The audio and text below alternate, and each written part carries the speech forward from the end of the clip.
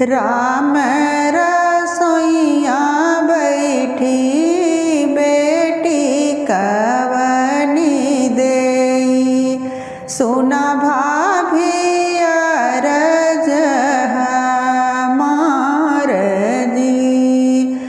राम रसोइया बैठी बेटी कवनी देई सुना भाभी अरज हमार जी।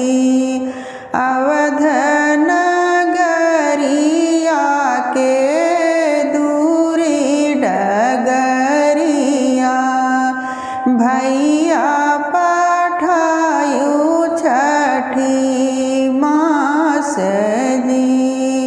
अवध नगरिया की दूरी डगरिया भैया पठायु छठी मास जी। इतनी बचन सुनी भाभी कवन देई नैना ललित होई जाई जी।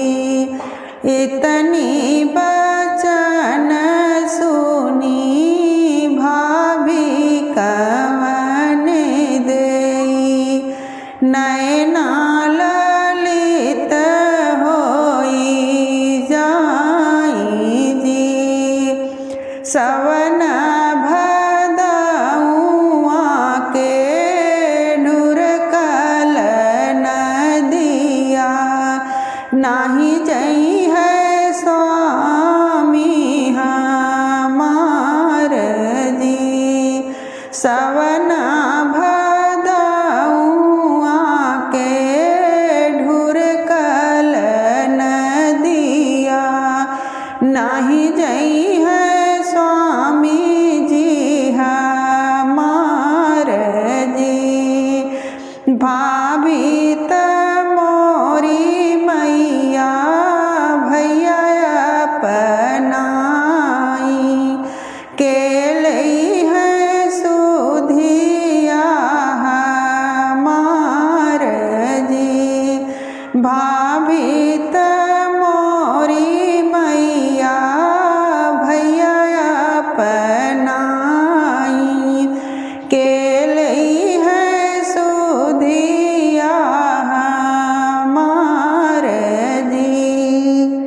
इतनी बचन सुनी माता कवनी देई सुना बेटी अरज हमार जी। इतनी बचन सुनी माई कवनी देई सुना बेटी अरज हमार जी। नौआ जई है बेटी बरिया जई है बभना खबर तोहरी लेई जी। नौआ जई है बेटी बरिया जई है बभना खबर तोहरी लेई जी। जब बे